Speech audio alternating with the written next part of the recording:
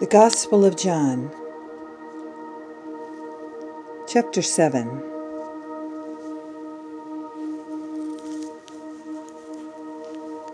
After this, Jesus traveled around Galilee.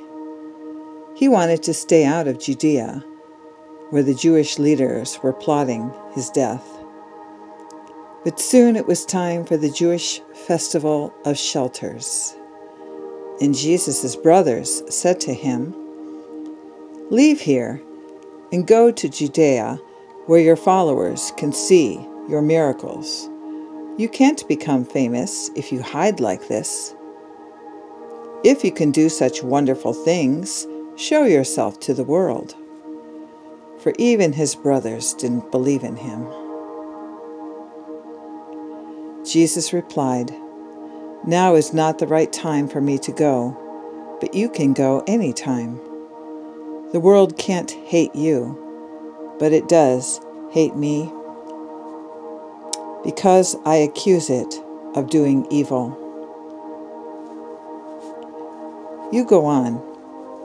I'm not going to this festival, because my time has not yet come." After saying these things, Jesus remained in Galilee.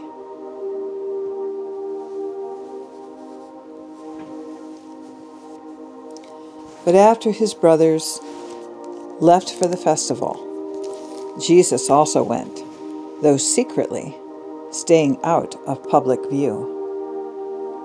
The Jewish leaders tried to find him at the festival and kept asking if anyone had seen him. There was a lot of grumbling about him among the crowds. Some argued, "He's a good man," but others said, "He's nothing but a fraud who deceives the people." But no one had the courage to speak favorably about him in public, for they were afraid of getting in trouble with the Jewish leaders.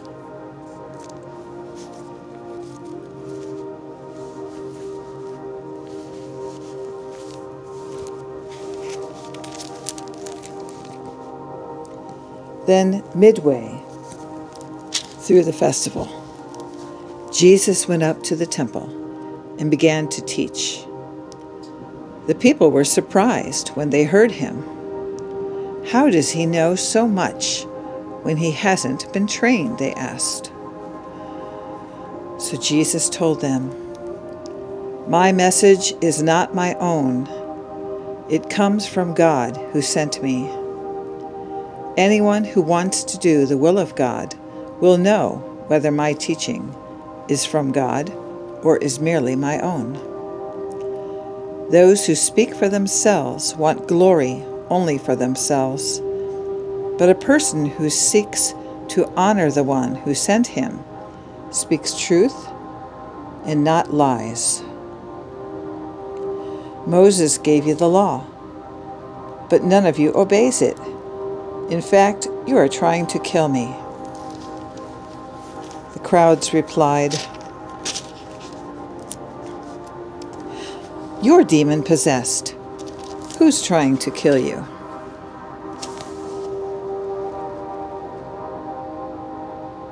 Jesus replied, "I did one miracle on the Sabbath, and you were amazed.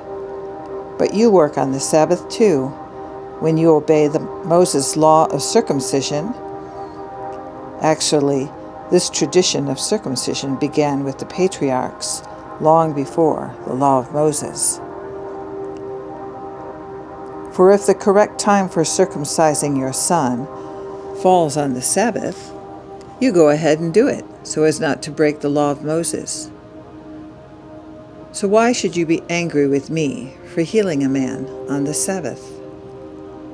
Look beneath the surface so you can judge correctly."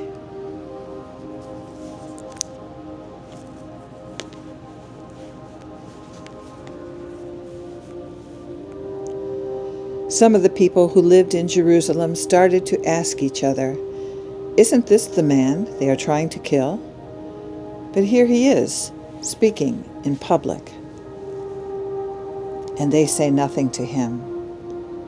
Could our leaders possibly believe that he is the Messiah? But how could he be?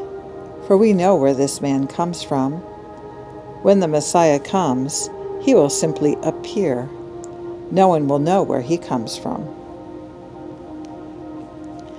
While Jesus was teaching in the temple, he called out, "Yes, you know me, and you know where I come from. But I'm not here on my own. The one who sent me is true, and you don't know him.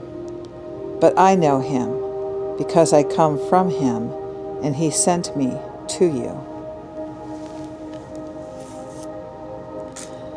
Then the leaders tried to arrest him, but no one laid a hand on him, because his time had not yet come. Many among the crowds at the temple believed in him. After all, they said, "Would you expect the Messiah to do more miraculous signs than this man has done?"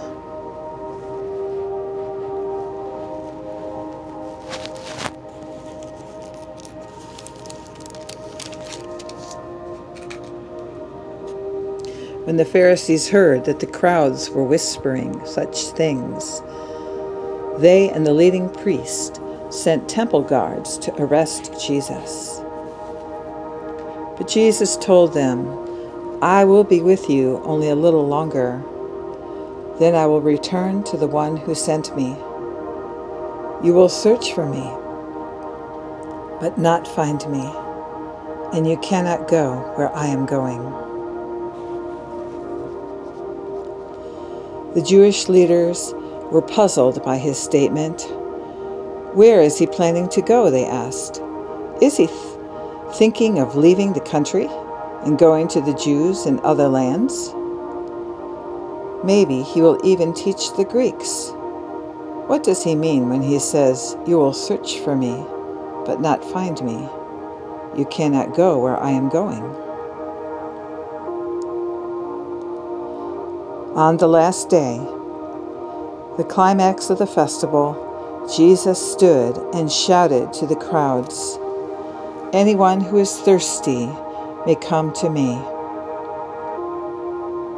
Anyone who believes in me may come and drink. For the scriptures declare, rivers of living water will flow from his heart." When he said living water, he was speaking of the Spirit who would be given to everyone believing in him. But the Spirit had not yet been given because Jesus had not yet entered into his glory.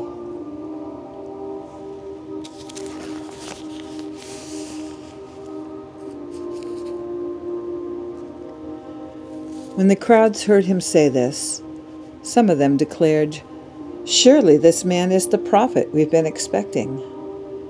Others said, "He is the Messiah." Still others said, "But he can't be. Will the Messiah come from Galilee? For the scriptures clearly state that the Messiah will be born of the royal line of David in Bethlehem, the village where King David was born." So the crowd was divided about him. Some even wanted him arrested, but no one laid a hand on him. When the temple guards returned without having arrested Jesus, the leading priests and Pharisees demanded, "Why didn't you bring him in?" "We have never heard anyone speak like this," the guards responded. "Have you been led astray too?" the Pharisees mocked. "Is there a single one of us rulers or Pharisees who believes in him?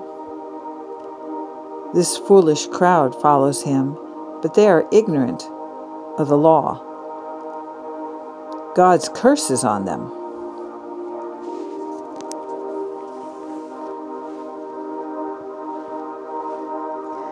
Then Nicodemus, the leader who had met with Jesus earlier, spoke up.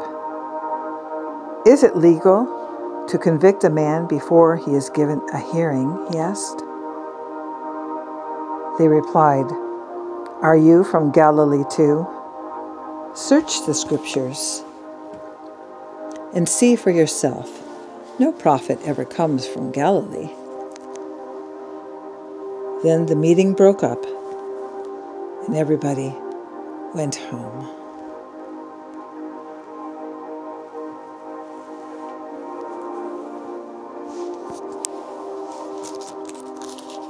Gospel of John, chapter 7.